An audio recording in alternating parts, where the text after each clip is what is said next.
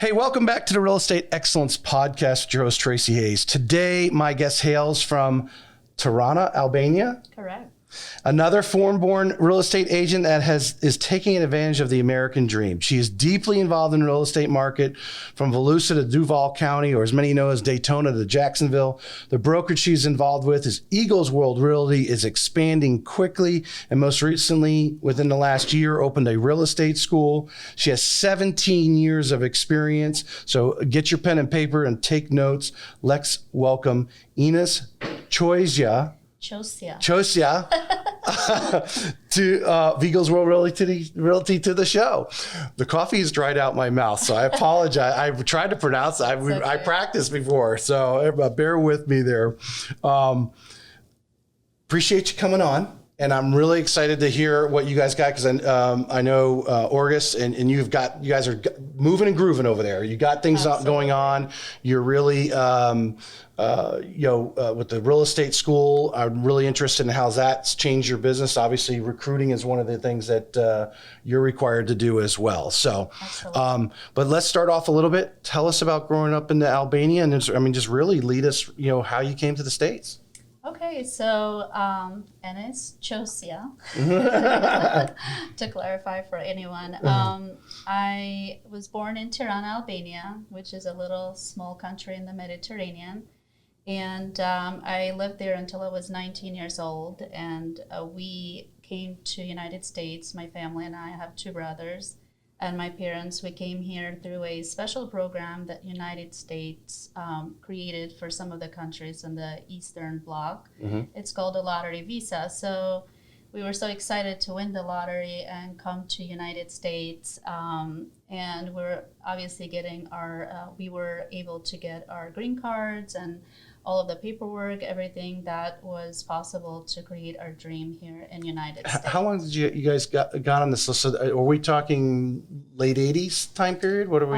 No, I came here in 1997. 97, okay. The country was under the communists in the late 80s, and we were the last communist country that broke out of the Eastern Bloc from the system in 1990s and 1992, which were very difficult years for the country and the whole region there. Mm-hmm. So being a teenager in that country kind of teaches you a lot, going from one system of complete control to come into complete openness and chaos and problems for the country. That's why we actually left. But it kind of taught us a different way to handle problem solving, issues. Sure.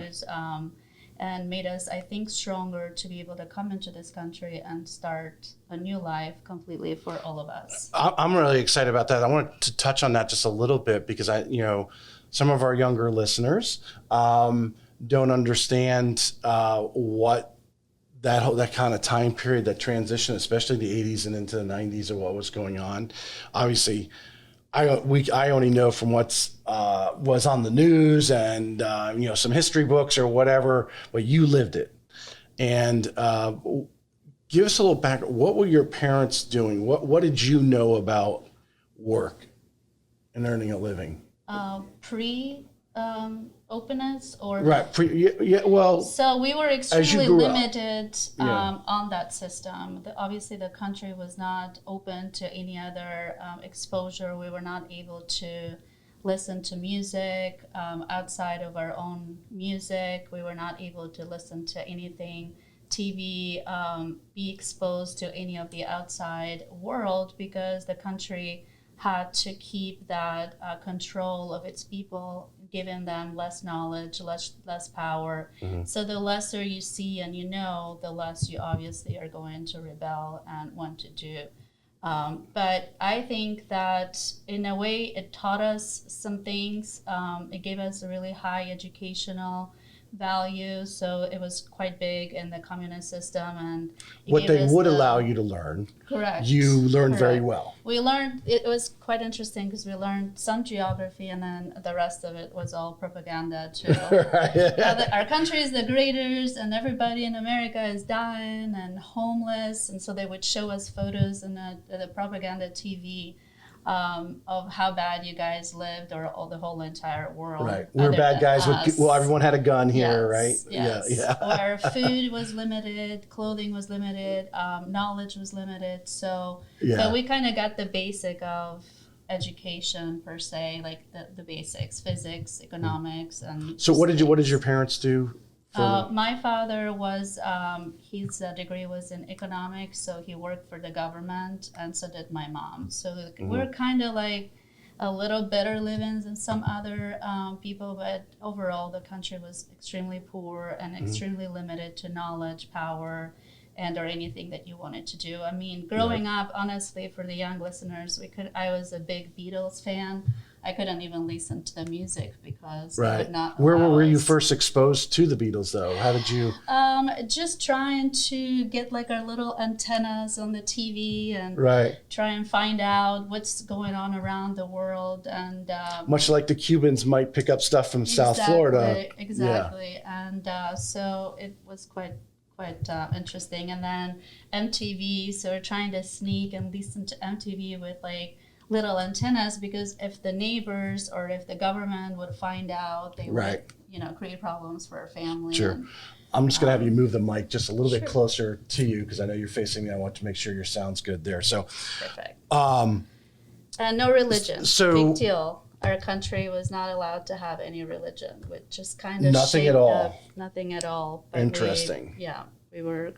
Because even in now Russia, the former Soviet Union.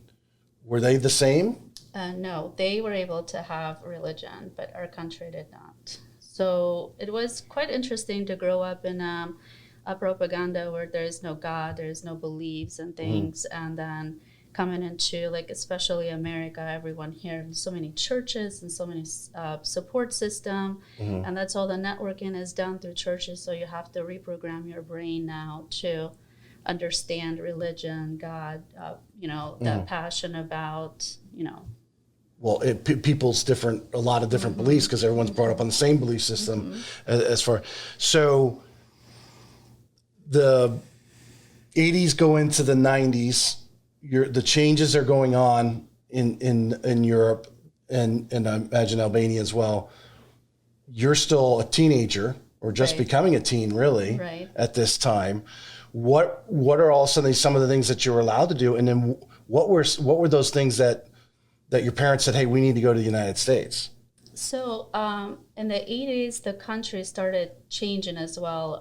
The dictator of the country finally passed at 90-some years old, and so then with the new leadership, things started to change a little bit. People were able to kind of learn and open up and understand how the world is out there. And we had a revolution, like a little mini revolution.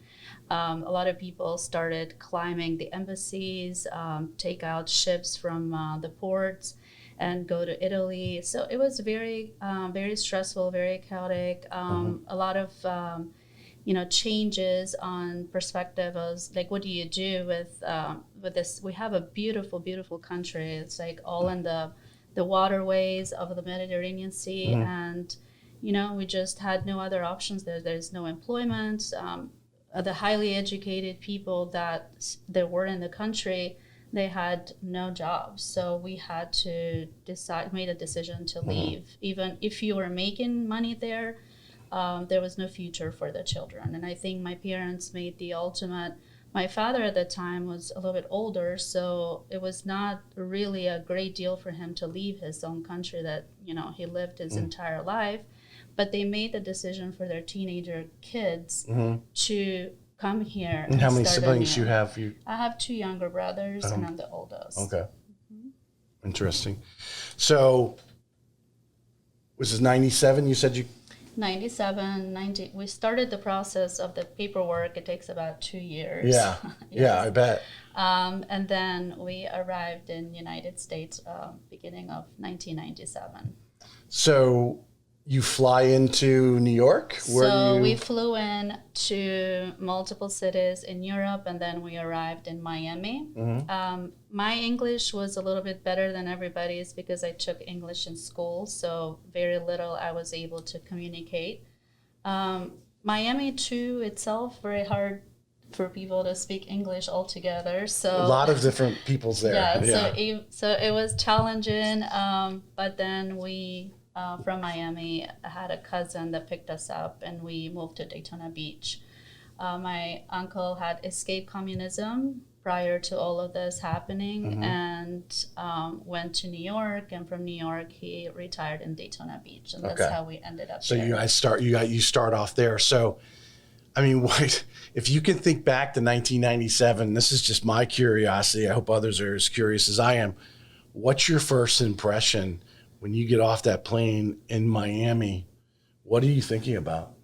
Well, originally, we always wanted to come to America because we started, Miami Vice was a big favorite show, and Santa Barbara is another soap opera that I was in love with, and I have to make it to Santa Barbara. But it's definitely a culture shock. It was sad to leave my country, but I was kind of happy to come in and try something new. I wouldn't say the same for my parents, but once we when you were younger, a little easier for you to, I was excited because I was kind of carrying on everybody, like I was helping my family and communicate and language barrier and all that. But then it did not become as pretty when we actually got to Daytona Beach, is then the real life started, and find employment. Start going. It's not Dallas. It's not Santa Barbara. It was not Miami. It's not Miami Vice. That's for sure. Although you can go find those places. I know. I was like, oh my god! And then later on, I started going to Miami. I'm like, this is Miami Vice. You found those places. But now, in South Beach or whatever. The beauty of all the struggles and challenges is that now you are here and you have the freedom and the opportunity to go do whatever you want to do. Because I truly believe there is no other country like, I love Europe and I travel all the time, but there is no other country in the world like United States for the opportunity. So if you want to do something, whatever you want to do, it's here. Right. Nowhere else. Right. So you're 19, you moved to Daytona, you guys are settling in. What are you envision? I guess the talk is, hey, we got to create some revenue. People got to go to work. What are you envisioning? What are you digging into? So I was not a lot of envisioning. It was mostly struggle. The first few years, my mom got sick. She had breast cancer. So we all started, through that struggle. Right. But I had to go to register my brothers for school because she was not able to help with that. And I started working different odd jobs and trying to learn English. That was the most important thing, going to school. And my family was always big in education. So right away, all of us had to register for school and learn the language and get that started. I worked multiple jobs when I moved here. Some good ones and some right. I don't want to think about it anymore. But it was very, very, very challenging, but at least we had our papers. I hear like all the other, like I had family members that came here without the paperwork, and it was just really a big struggle. Right. So when do you start getting a taste of real estate? When does this start to come? I started getting a taste of real estate around 2001. I started working for some developers on Daytona Beach area, started developing condominiums and luxury condos. So I started working for them as just like a regular position, doing paperwork. And it was extremely, it was very, very exciting to see what was happening with that market. Because the agents at that time were they're signing contracts without even a building being even started or breaking ground. So I said, okay, I'm going to get my license and I'm going to make this kind of money because there's clearly no tangible real estate and just want to keep flipping. You're showing some videos or just some pictures, right, of what it's going to look like. I was just flipping condos, and so this is how I started. I got my license in 2003, and being that I knew the developers already, I started working. Prudential Transact was one of the largest brokerages at that time. And they were the broker that was servicing these developers. So I started working with them. Right. So as many new agents are,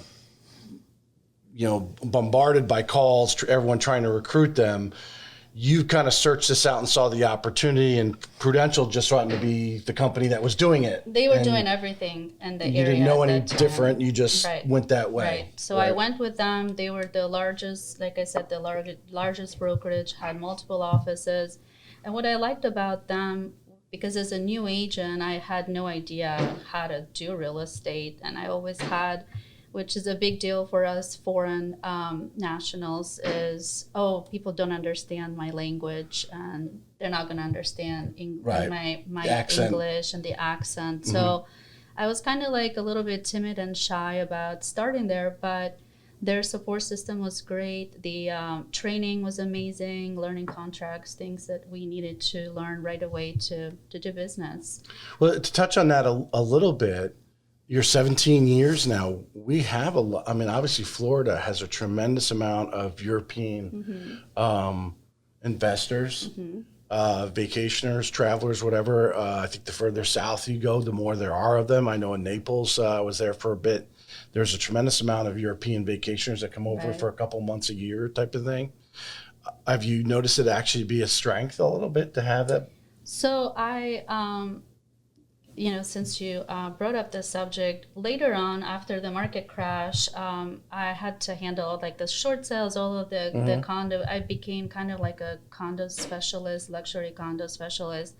And we kind of extended our business into Orlando area because that is all a market driven by tourists. So Lennar and Mintos and all of these builders were creating all these great opportunities for short-term rentals and Airbnbs. And so until 2000. Which was an Airbnb, right? I don't even know. When did Airbnb actually come around? VRBO started the original short-term, but then Airbnb and VRBO are kind of the same company. But there's multiple rental companies right now, but those are the most powerful ones with the most outreach. So I've done a lot of these short-term investor type thing, and I try to focus mostly on investment properties, and that's what I still do. A little bit of Airbnb and investor work in the Daytona Beach area. Touch a little bit on the condos are a little different animal altogether than just a single family home,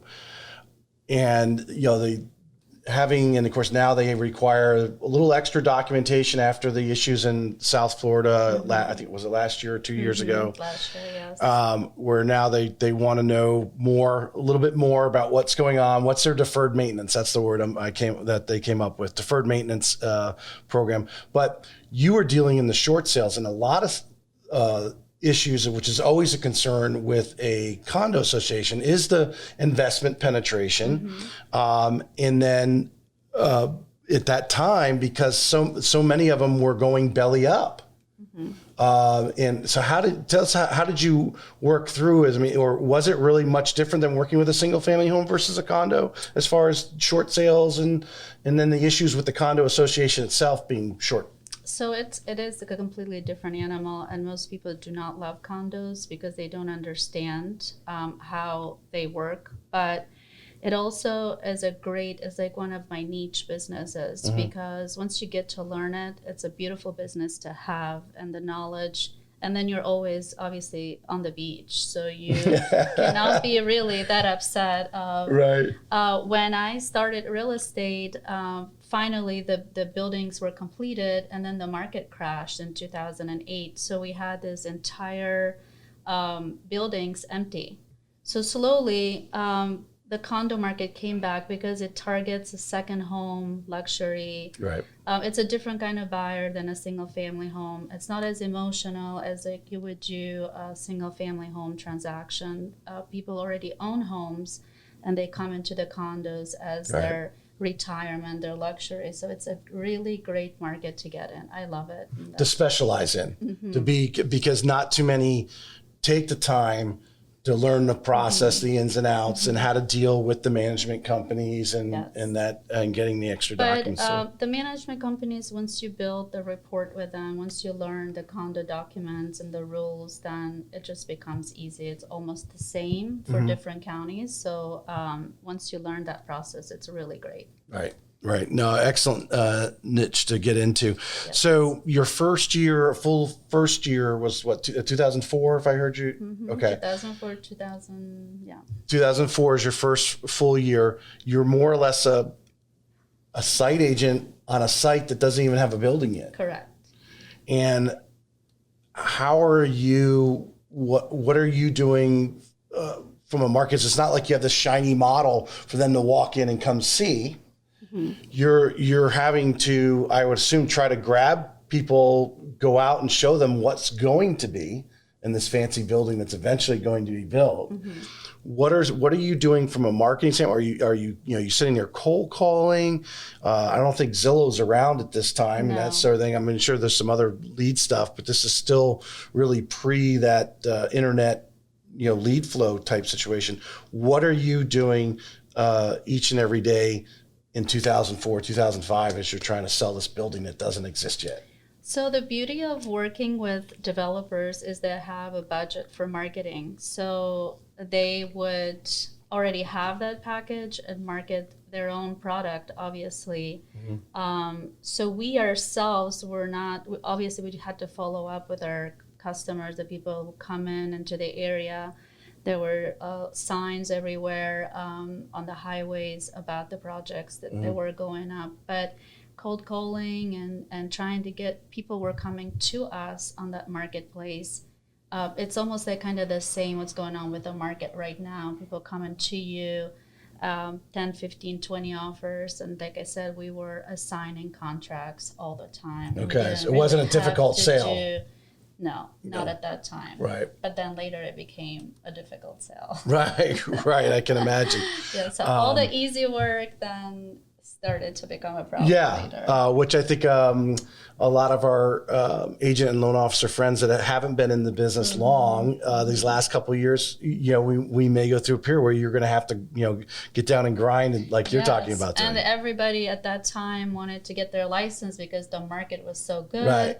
Values going through the roof. Everyone, I can make so much money. And unfortunately, when the market changed, then also the number of real estate agents changed because you have to make this a career. This is not, okay, let me make some sales and that's it. Right. Yeah. Well, you've been, September will be my 17th year in the business. So we're not that far away as, and in time in and what we've seen in the cycles and it goes on.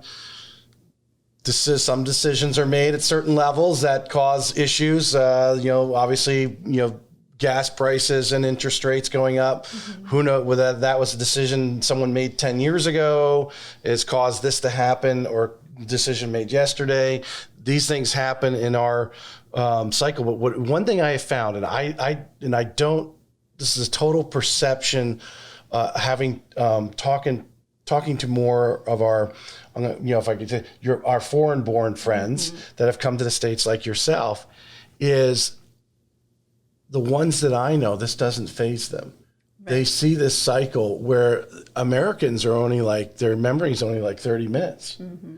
And they get, why can't it always be like, why can't the values continue to go up 20% every year?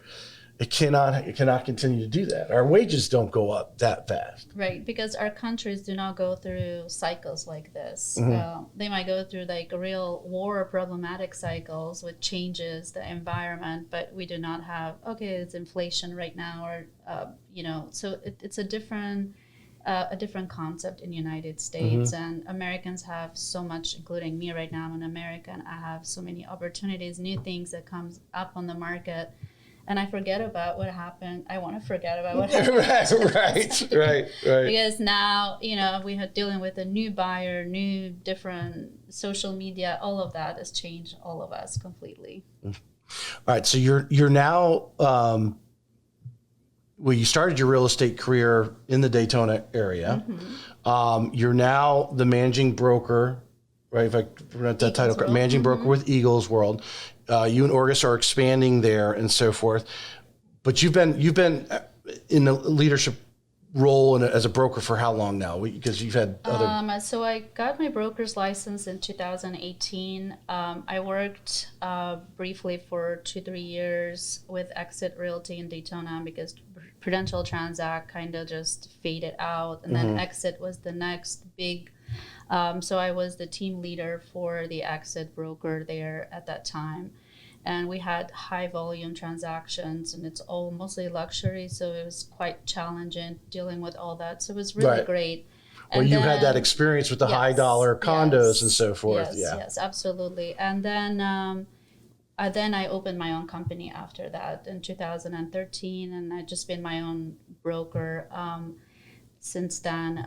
But then I always knew Orgis and Lori are the founders, and Orgis is the broker of Eagles World Realty, and we were kind of family friends. Albanian community is very large in Jacksonville area, so I would always come here and like meet with them for dinners and things. Right. And they're just really, really great people. And I thought, well, wouldn't be that bad to partner up with like-minded friends and professionals that want to do and grow in the same business. Yeah, I mean, having done transact, Orgis is very driven. He's like you said, you guys, your circle of influence is out that the Albanian community, and you guys are keeping those people, I guess, in touch with the opportunities that are out there, and having dealt with his family and his parents and so forth in transactions. And they're really honest and great people. So I wanted to kind of dissolve my own company. I wanted to go work for somebody that I trust. Sure. That's the most important thing. So you've been in leadership for, probably longer than that, but as far as a broker in real estate, roughly about a decade. What do you do to stay on top, to stay sharp in front of the agents that you're mentoring, that you're trying to bring up? Are you a book reader, podcast listener? Do you follow a certain experts in the real estate industry? What do you do? So we, especially the office, we are big Tom Ferry followers. Okay. We have all of his mentorship and coaching. Then we offer that to our agents as well. I like to read. I'm not a big podcast yet, but I'm doing more of the reading. And we always, even as leaders, we have to take education and we have to talk to mentors. I love Tom Ferry mentorships because they're up to date with the new things that are changing in the market. Sometimes they're not local, which is kind of nice to see what's going on outside of Florida as well. Because as we've noticed the last few years, all of our buyers, especially for me, being in the luxury community, it's coming from other states. So I'm not targeting the Florida only, but what is the mindset for clients from out of states, how they handle business, how they're looking at properties. And so this is what we try to do in our company. I've never heard anyone say that. It's somewhat obvious, you would think, but then again, it's not. Evaluating what is the mindset of someone from Minnesota? What is the mindset from someone from New York or New Jersey area? Absolutely. And what are they looking to do? The market was hot. I know I was dealing with the large builder. These people were buying in these communities that are like some of the most expensive communities in our region here. And they're like, oh yeah, we're going to just rent it out. Like, well, why don't you go over to this community where it's cheaper and buy 3 of those homes for what you're paying? And all these, that was going through my mind. Why would you just have 1 home when you could have 3? And you instead of putting all your eggs in one basket, but it is a different mindset. Coming from New York and the taxes they pay, and Jersey, so forth, the taxes they pay to come down here. Well, the taxes are lower, but if you want to live in communities that have the special amenities and so forth, well, you got those fees. Well, they're paying that in taxes up there anyway. And, so it doesn't faze them, and really get into that mindset of where they're coming from to understand what they're looking for. They are, people work hard in America. So there's clients that I worked with that saved all this money all their life to have a little beautiful condo on the water and to see their faces and doing that type of business. But I think that being small-minded within, I live in Nocatee, for example, and I'm just going to do business in Nocatee, but the entire the world is maybe looking at Nocatee area because there's just so much to do there and family oriented, or Daytona Beach, or for me, I learned because being involved with developers, we always had to go in and do presentation outside of the state because our number one buyer was not from Florida, it was Right. from out of state.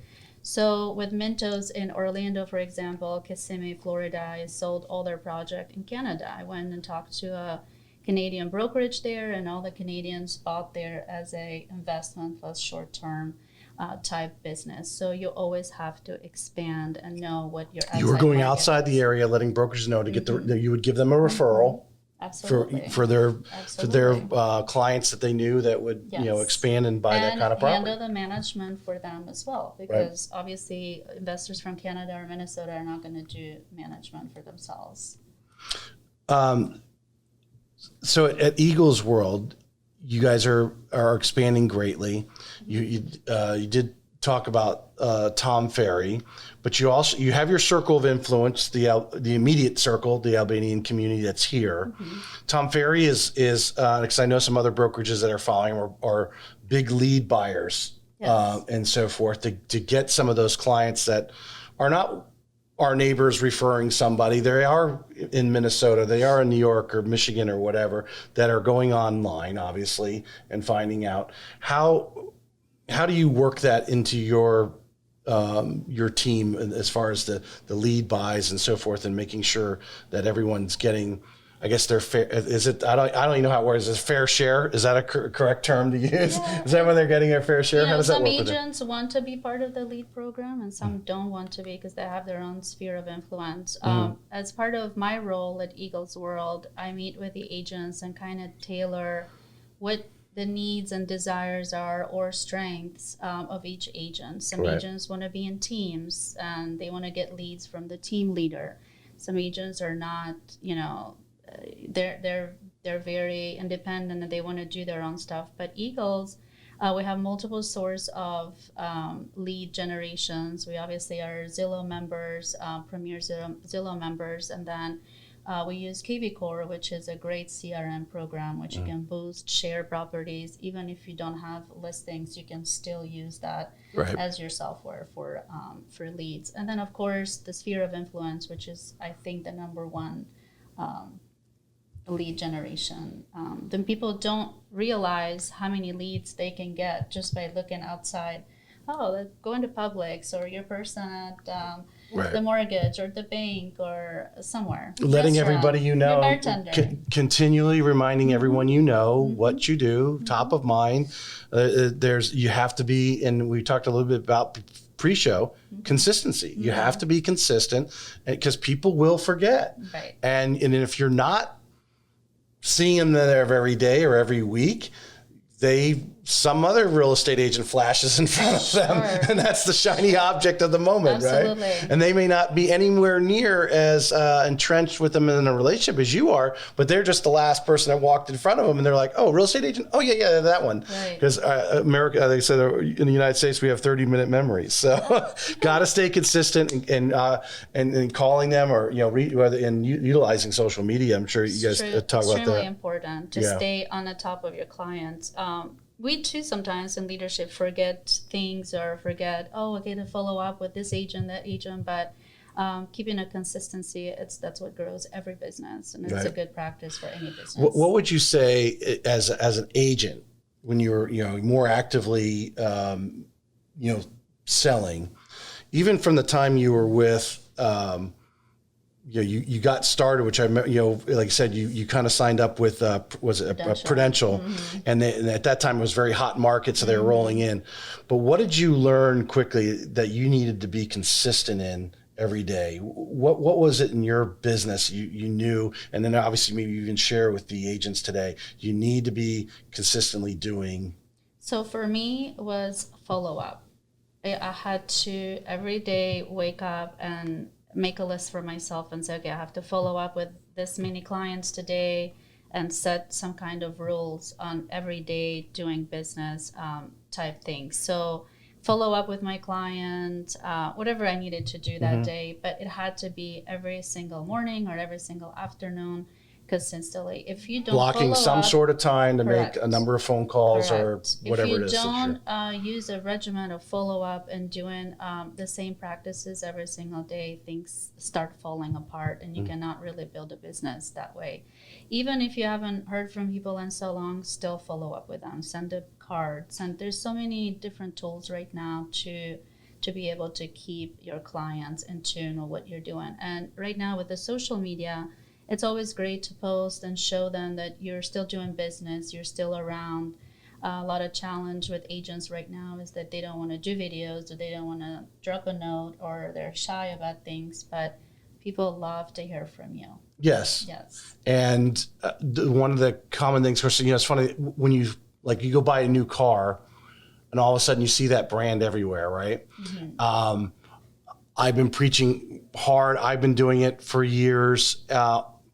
Not consistently enough though, but sending out just a simple card, putting your business card in there and sending them out to your past clients. If you're cold calling and someone actually talked to you, they could have said no to you, still send them a card. Right. Just because it's above email. Email is the lowest denominator of communication right now. It's great to, when you're in a transaction, email is good because you can save the emails and so forth. But we get so many garbage emails every day, and we're delete. Every so often I have to go in there and unsubscribe. Right. I dedicate this week. I'm an unsubscribe week, and I unsubscribe from every possible thing to try to, just limit the amount of garbage that comes in. But sending that card out and just saying, it doesn't have to be a lengthy, just saying, hey, just thinking about you. Here's my cards. Right. Because you are thinking about them. Absolutely. And why would they do business with someone else? Why they should do it with you if you're the best? Or a message or anything that they will remember you are still in the business of some sort. Saw your post on Facebook. Congratulations on your son graduating from college. Or start liking some of their things. So even though they haven't reached out to you on social media, you start liking their post. Whatever that client is doing for the moment, just hit a like, and then they'll see that you like it. One tip I got from a podcast a couple months ago, or maybe it might have been longer, but if you're trying to, I use the word influence. If you're trying to get someone's attention on the social media, if they post something, actually say something. It's one thing to like is good, but your love or whatever, the different emojis they give you. Emoji. Yeah. Even the if you don't have time right away to send a postcard, just be It's still popping up on their thing that, hey, so-and-so liked your thing. But actually say something, type it out. If you actually spent time, you looked at them and you care about them and you're trying to gain some sort of influence or let them know that you're interested in being in, doing business together or other things, you actually say something. Right. And there's nothing more flattering, especially after your show, I guarantee you, when it's out on Facebook, all of a sudden all your friends they'll start making comments. Oh, you look great. You did great. That makes people feel good. Absolutely. And people look down that list and see whose name is on there. Yeah. So being present and follow up is number one for me, and then being present. Yes. Follow up and being present are two different things. Right. Thank you for tipping on that. Showing up, right? How important is showing up? You messaged me and said you went to a NEFAR event this morning. Yes. What was going on at NEFAR? It was a NEFA. Was NEFA? Okay. The Northeast Builders Association. Right. It was their morning. They do their membership morning breakfast and updates on. There was a state representative touching base on some things that are going on, home insurance, all of this, which was very informative today. It was really great.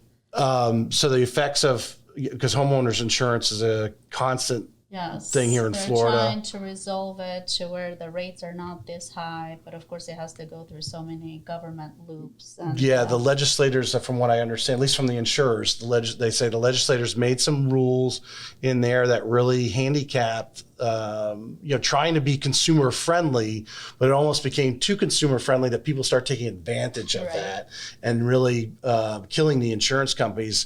They're in business; they're trying to make a profit and keep their lights on. That is a business, and people were abusing it like they will. So they got to retract a little bit. I'm sure that's probably what was discussed. So that's what was one of an interesting topic. And then another one, latent defects lawsuits with the developers. So it went all the way so close to getting some changes made, and then it didn't pass. So they're going to try again the next time. Well, we know those developers have some of their people, representatives up in Tallahassee, here in Florida, and that's our politics. But the important thing, what we were getting on, was showing up.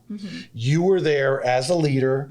You're gaining information. You're mixing and mingling with other leaders in our industry, in the real estate industry in general, real estate agents. I'm sure there was loan officers there and so forth. And you're able to take that information back to your people who may not have been there. But that's part of getting the success that you've had. You show up to things like that. Absolutely. Show up is very, very important. People have to know that you obviously are around. Everyone is so busy right now, and market is changing. So we have to be on the top of changes. We have to know what's going on in our marketplace and how to handle all kinds of challenge problems. And by going out there and networking with professionals, you learn a lot more, and then you can share that with agents and also learn yourself as well and grow as a person. You mentioned, we were talking a little bit about social media and how important it is. What are some things that either you like to do or you like to recommend your real estate agents to do as far as social media content? What are you recommending? Because there's so many trainings out there. Right. I was at Rebar, a couple months ago, and they had all these breakout sessions on social media. And you're 100% right. I truly believe there is like there's these top people, which I guarantee if I took my phone and opened up right now, who would be on Facebook? I could give you 3 agents right now. I guarantee you're probably right there, or already shot videos this morning that are killing it in the social media, top of mind presence. There's this whole second layer of good agents who really want to do the social media, want to do the videos, but just don't know how to actually quite take that step. They know, but they're just not confident, or they're not, my hair doesn't look good today and I have to lose 500 pounds. All of these things. So hope it's not 500 pounds. Hope it's 5 pounds. The mindset has to change for you to want to do it. So this is what we do in our office, which is a really great thing, is we encourage them. And now Lori actually is getting an outside marketing person to come and do TikToks and do fun things and teach them how to do it. And we do classes for social media as well. But it's going to be ultimately up to the person to go there and want to do it. Yeah. But this is the most challenging right now, videos and how to put yourself out I'm a social media stalker. I go on and when obviously anyone I have on the show, I'm going in and I'm looking at their social media, LinkedIn, Facebook, Instagram, so I can obviously create some content questions. The social media makes it easy for me to get that information, or at least enough to have a conversation. Right. The reality is your friends and family don't care what you look like. They know you're not perfect. They've seen you before. Those people that are looking for the perfect person, keep looking. Right. They're out there. Are there some very beautiful people? Surely is. Doesn't mean that they trust them to do their home transaction. I like Steve Kyle's with loan officer leadership. If it's worth doing, it's worth doing badly. And the video, to me, in my mind, when I hear that, that's video. Just get out and do it. If you go on my YouTube page, which I keep saying I'm going to enhance it with all these videos that I'm piling up, which I have a pile of videos. I need to create the Real Estate Excellence YouTube page.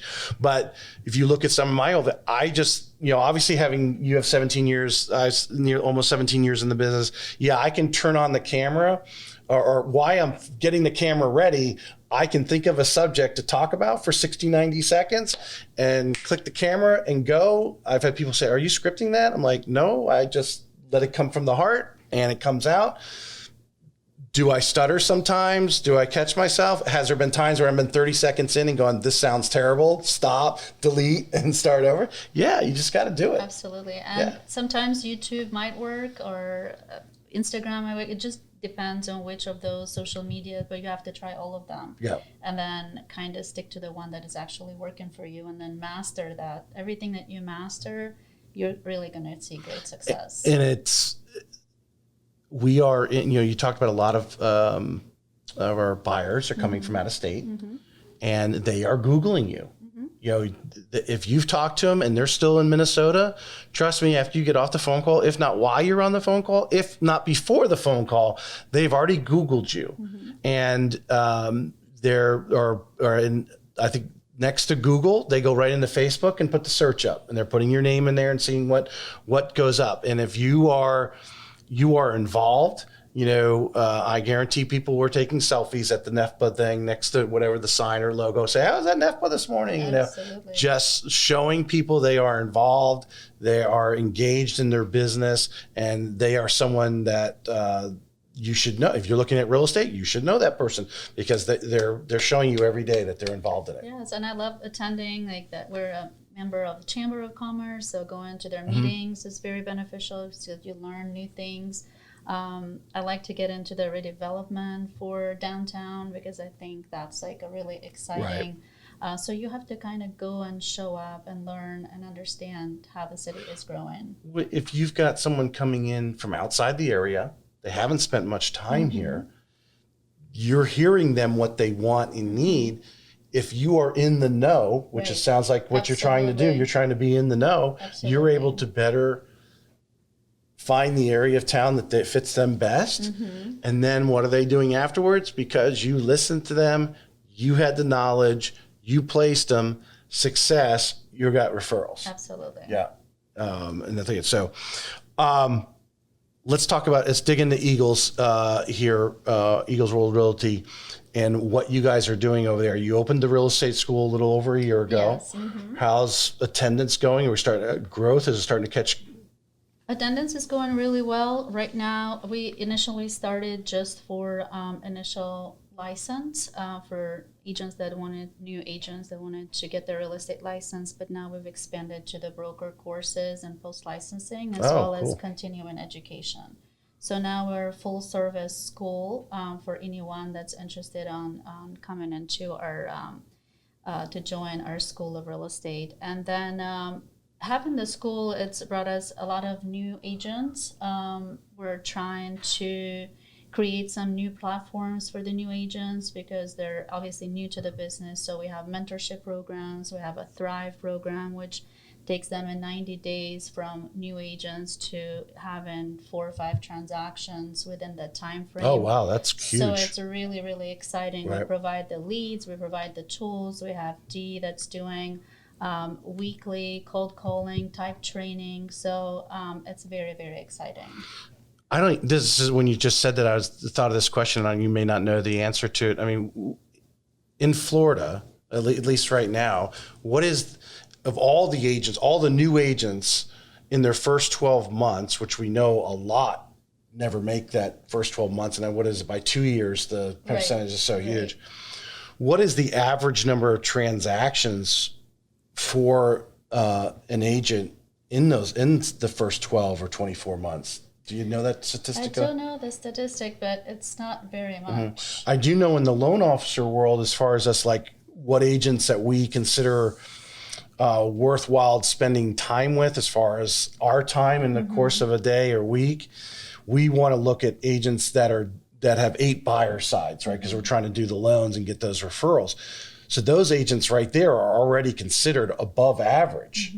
So the fact that you're trying to get, you know, some of these new agents and putting them in this Thrive program in 90 days to get 3 to 5 transactions under their belt. It's like a boot camp. Right. But you have to go through the process and learn and understand all the steps in real estate. If we just let new agents kind of do their own thing, they're not going to learn, they're not going to succeed. So you're supplying a structure that hopefully sets them into the good habits, education. taking your 17 years. I don't even know how long August has been in the business there. Oh, probably the same. Yeah. Yeah. And you're setting that structure as I've had a lot of guests on who are part of, these Keller Williams teams here that do bring in a lot of new agents. And that's what they're doing or trying to do, is set that structure, because a lot of our people are coming from a workers thing to this is your business. Right. So you're going to hopefully set those habits to it. I mean, obviously, if someone can come through your program and do 3, 4, 5 in the first 90 days, someone who does 10 transactions in their first year is already considered above average. Absolutely. So hopefully you're setting on a trajectory to even do better than that in those first 12 months. We're hoping so. But we're starting with this, and we're very excited. Not that we don't have other programs like the mentorship. If you don't want to be part of the Thrive, or you've had some experience and you're not doing really well right now with the real estate, we'll set you up with a mentorship program as well, which is really, really amazing. How important, and this was unscripted question, not that I give her my script before the show, but how important is to have a mentor or a coach in your real estate career?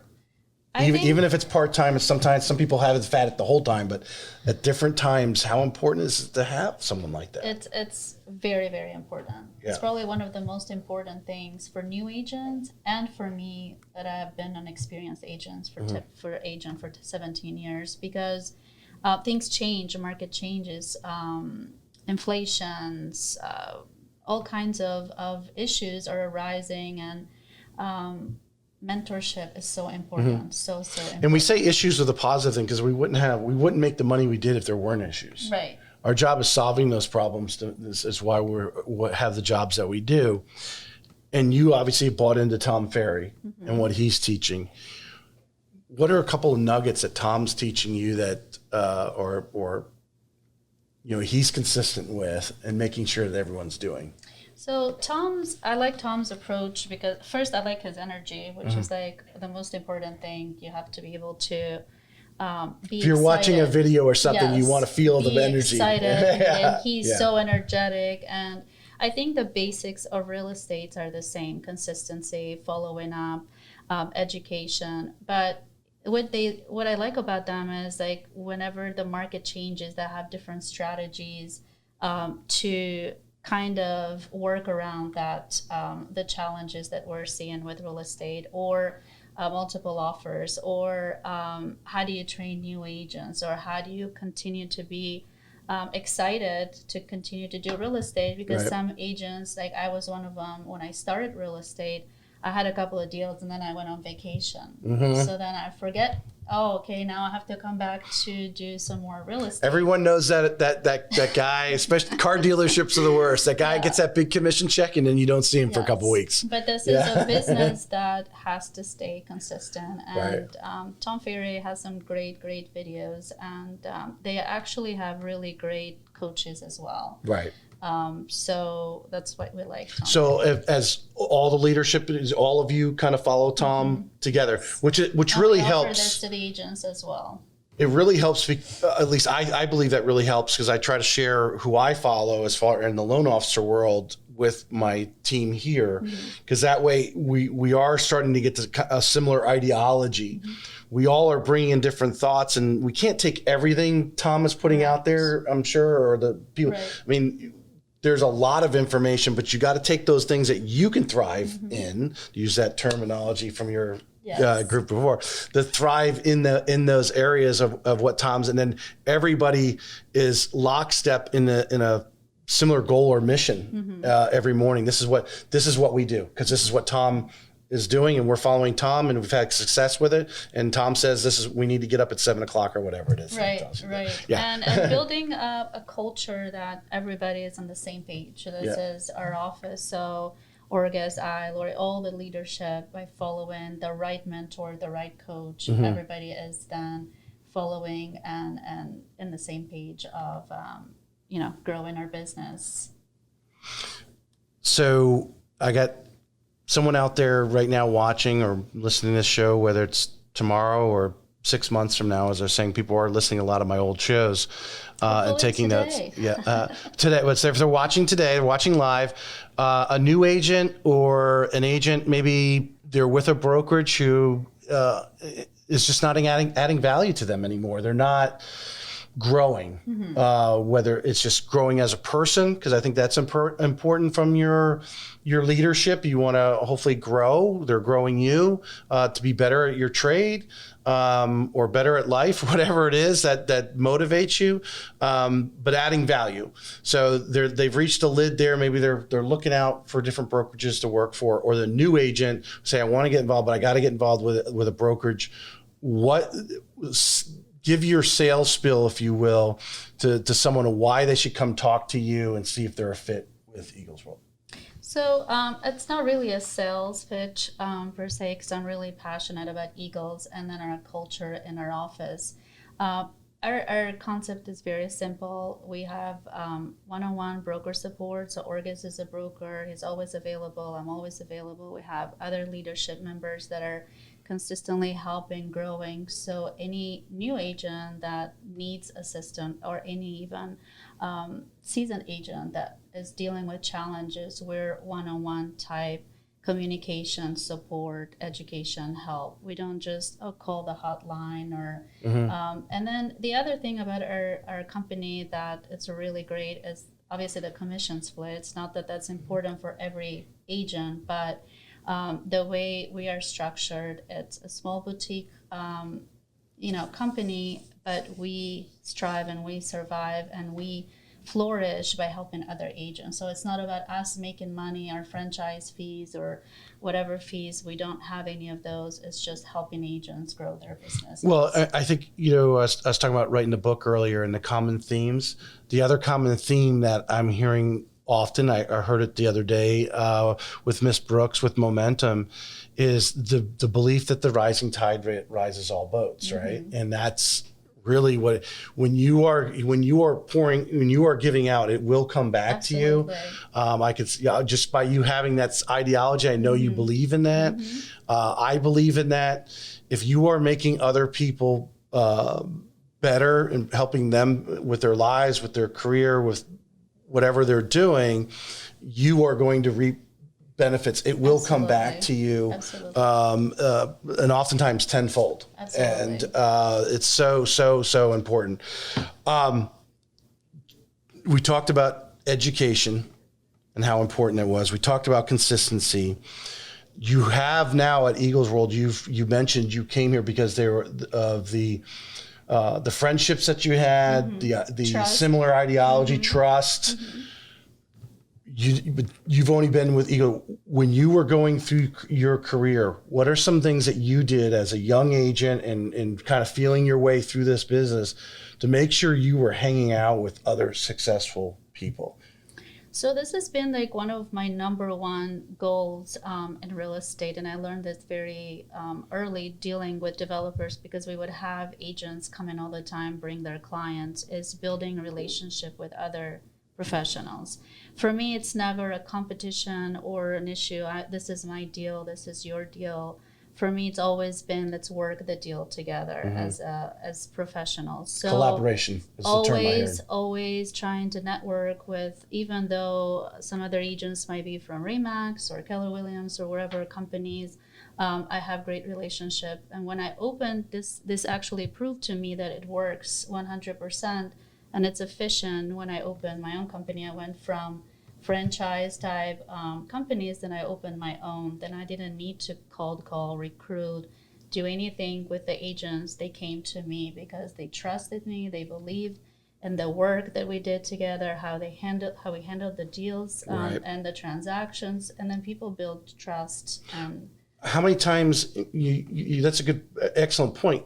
Where you met an agent on the other side of the transaction who later came to you and just like, I really like how you handled that. Absolutely. You really, I want to learn more. I want to come be under you. Being on the side of recruiting now too, I see it. Sometimes I do business with agents that I don't really know if I want to recruit, because they're just not, there's not the culture and the type of agent that we want to bring in our business. We want all of our agents to succeed, to be obviously ethical and to work together as a team versus competition type greed. So here's a really deep one.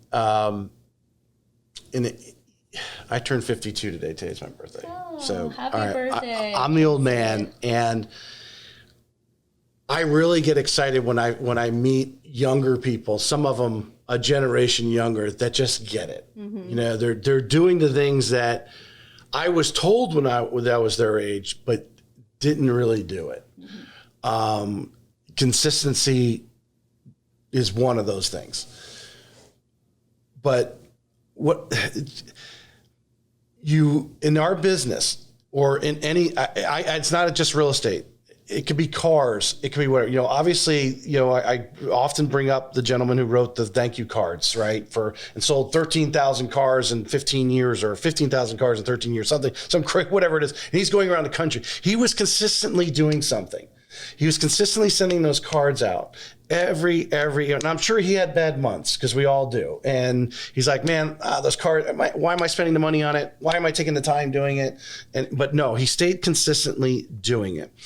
And we run into people in our lives that are, like you said, on the other end of the transaction. Now, it's maybe because they didn't have a good mentor. Maybe they don't know how to get a coach yet. Maybe they can't afford a coach, you know, that actually pay someone. There's a lot of mentors out there to do it for nothing. You know, you can, you know, there's a lot of people that'll give it, you know, it doesn't cost you nothing. You just got to show up. But if you don't show up, you don't get. Your own leadership should be part of that mentorship. Right. You know, but maybe some of them don't have the right leadership too. But I'm sure you've experienced, as I experienced, there's some people that just get in there and they think it's just a transaction where you and I have a similar ideology. We're in this for the long haul. Real estate, this is the business that we chose to do. We settled into it. This is how you do it. Some get it a little quicker than others, but we have a similar ideology. The relationships. Right. And and I keep telling every loan officer here, you don't know what rock. I get not a lot all the time, but several times a year, I'll get a call from somebody. Well, I'm buying this $100,000 condo. Will you help me? And what it is I find out other loan officers are not even bothering taking their call. They're like, oh, you know, I don't. You're just $100,000 loan. Right. I don't want it. You don't know who's under that rock. You don't know when you turn it over. That might be a $100,000 condo this year. 4 years from now, they might call you up and they're buying the 500, 700. You don't know or who they know. It says, you know, this guy really treated me great. That just because they may not be able to afford much more than a $100,000 condo doesn't mean they know the guy who can't afford the $1 million one, right?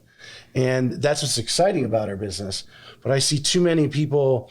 I don't want to use that. Yeah, being transactional. Just start doing some of the simple things, the appreciation on Facebook, sending out the thank you cards, birthday cards, whatever it is, and start trying to just be everyone's friend. Yes. Be that resource that agent there was. Oh yeah, you know what? I saw a video. I saw that. Let me call that real estate agent I see every day that lives 2 doors down from me. You know. And it happens to us all the time. Like I'm doing a transaction with a new agent from a different company, and I'm very happy to help them work them through the transaction because I want that deal done, obviously, but I also want to get the relationship, the friendship. And maybe from that transaction, something else will come, another friendship, relationship, another deal. Whether it's, they're watching you, maybe you're doing a list. For all we know the amount of people that drop out of real estate. And that person may look back and go, man, I had that really good transaction with her. I want to call her up because I'm now buying a house, but I'm not a realtor anymore. Right. You know? And it's smooth, or send some friends and family members. So it's always good to network and be positive and just be happy. And how important has it been especially the last year, when so many offers, you're getting 20 offers on some of these listings or more. And when you know the real estate agent on the other end of the offer, is that not a tiebreaker sometimes? So much better. Yes. So much better. But even if I don't know the agent, I always make a point for myself, and I also try and share this with the agents in the office. Please do not just text or just send some offer and just let it be, because you're, I don't know, the 15th, 20th offer on this marketplace. Call the agents, start talking to them, talk a little bit about your buyer, show your strength, have your contracts completely. Do you need to adjust the offer a little bit? What do you need me to do to start building that relationship with the other agent? That's how you win offers. It's not always just the price. 100%. That's your tip right there. You had to wait all the way to the end to get the. This is tip of the day, but that is that I've heard that from other agents. 100%. They'll get offers and like there's no follow up. Yep. You know, It's just no an one's offer. calling. Yeah, call them now. Some I had for those that do make the calls, like obviously you do the follow up the offer that you submitted. Some of those listing agents have gotten nasty. Like, why you call me? You don't have to keep calling me. Like, bro, But it's okay. you're the listing agent. Yes. Welcome to the real estate. It's okay. Then you know who you're dealing with and what. And sometimes even being this good and following up still is not going to win you the offer, but at least you're building friendship, relationship, networking with the people, and finding out how your next deal can work better. All right, so we're going to wrap it up, but I want to leave it open to anything that I haven't. Obviously, we've talked about what you guys are doing over there, the school, your ideology, your mentor. There's anything that you want to add to share with anyone out there? Like again, whether it's a buyer, whether it's a possible someone thinking about getting the real estate agent, or an agent who's looking to possibly change brokerages that might add more value to them. Is there anything else would you like to add? Yes, I just actually wanted to add a couple of exciting things that we're working on. We launched our luxury division for Eagles World, and hopefully by the end of the year, we're going to launch our beachside office. So any agent going out to Jack's Beach or more towards Ponte Vedra? Okay. And so hopefully we can, network and get some great talent from the Jack's Beach area with agents. And anyone that has any questions about our company, our commission splits, our culture, just to go ahead and give me a call, or Orgas or D. We're all available to talk any challenges, any problems that even if they don't want to join our brokerage, we'll still be able to talk to them and give them some pointers. If an agent that's watching this right now comes in to talk to you, I've always, it's one subject we commonly come in as an agent looking at broker. Yeah, the broker wants to know if you are not poison that they're bringing in. They don't want to bring poison into their group that they already have formed, and when they're not going to fit. But what is a question that impresses you from a prospective agent who might want to come in the Eagles World that you've interviewed and you've heard this question? You're like, wow, that's a great question. Ask from the other person. Yes. When they're trying to find out more about you and Orgas in your group, what's a question that's just like, wow, that's a great question? So I think one of the greatest questions that I've had is the international question. How many international agents do you guys, or do you offer, or do you allow international agents to come into your office?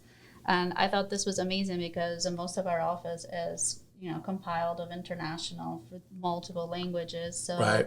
I was really excited that somebody actually asked that question. Yeah. Oh wait, yeah. How many languages do we speak? Probably 15. Oh my goodness. Brazilian, Spanish, Turkish, Italian, all kinds, Albanian. Right. So right. I thought that was an important diverse question that somebody had asked me.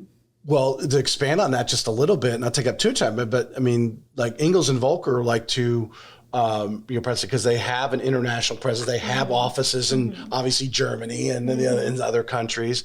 But if you're advertising, Eagles World, we do have a lot of South American and European buyers coming in. Absolutely. They're coming in now. Yes. That's finally after COVID. So this is why our brokerage kind of tailors to each agent's needs and supports, because if an agent is, let's say we got a new agent right now, she's Turkish and she wants to do business with Turkey specifically. She doesn't want to, of course, other... Might be limiting yourself a little bit there, but right. yeah. But so we have the platform and the help that she can reach out and outsource that type of business from there, or other countries as well. How important is it for someone whose English is not their primary language and doing a purchase transaction or a major transaction like this to be able to have someone across the table who can speak their native tongue? Absolutely. It's important on the native tongue, but it's also important to know the differences. Doing business from foreign countries is different from just a regular, Americans Right. that live here. Different paperwork is required, citizenship type thing, investors that are coming in. So we have to use like different kind of banks. Not everybody is doing this type of loan. So having that knowledge gives our brokerage a lot more power to outreach a different kind of client, not just like your just local agent, local buyer or seller. Anything else you want to add? I'm going to go into my final things. Is it more important who you know or what you know? It's more important, I think, who you know. I agree. I'm a who you know. There's a lot of YouTube videos out there to get you to know what you know, but you will learn what you need to learn by the people you know. By surrounding yourself by the successful people, they will help you bring it up and in creating those relationships. Because as you read all the personal development books, they tell you be the fifth person in the room. If you're the top person in the room, you're not really growing anymore. You want to be the bottom person in the room, and hopefully those other four have the mindset to bring you up. Absolutely. What is the most you talked about? You just mentioned banks, because I imagine, you are dealing with some different transactions, especially from our foreign national buyers and so forth. What is important for you in your 17 years when you're working, whether it's with that inspector, whether it's a lender, insurance agent, whoever you're referring, what is your number one requirement of them? So for me, the number one, it's obviously dealing honestly and getting the transaction done. So by building relationships, I know we kind of know how to speak the language and understand what the buyers or the sellers' needs are. By knowing the person personally, so if you know your inspector, your lender, then you're more comfortable of opening up more personal, detailed information than just randomly calling another lender that you've never had any conversation. But building those relationships is the number one, I think, the most important thing. Because you feel comfortable getting on the phone and saying, oh, your buyer, I can call you at 8 o'clock at night, for example, and say, hey, Tracy, can I get a pre-approval right now because I need to make an offer right now. We're trying to train the loan officers, because the people we follow in the loan officer world is to try to train your realtors to call before 5 o'clock. But we do know we all have those things that fall outside. But if you have, in an inflation type market like right now, everything is like rush. So if you don't have a good home inspector, your transactions are going to fall apart. The lending piece is going to fall apart. Everything is going to fall apart.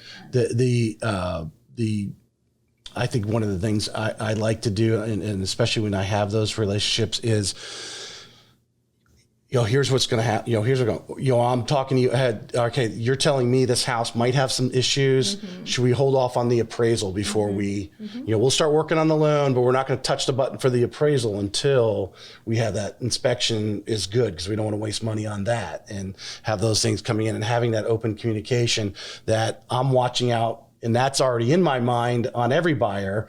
And then you're going to let me know, hey, this house might be marginal. This might not pass the inspection. Let's hold off, work on getting them approved, because, we're going to do that anyway, even if it's this house or another house, but actually, doing some other things to make sure that buyer has a good transaction. That transaction may fall through, but we don't want them ticked off because they just spent $600 on it. Because you lose then the referral to, they're referring you to your friends and family. So any transaction that you kind of fail, it's a loss for future business. And for me, it's very important. It happens. Also, want to minimize it. Of course. To use local vendors too.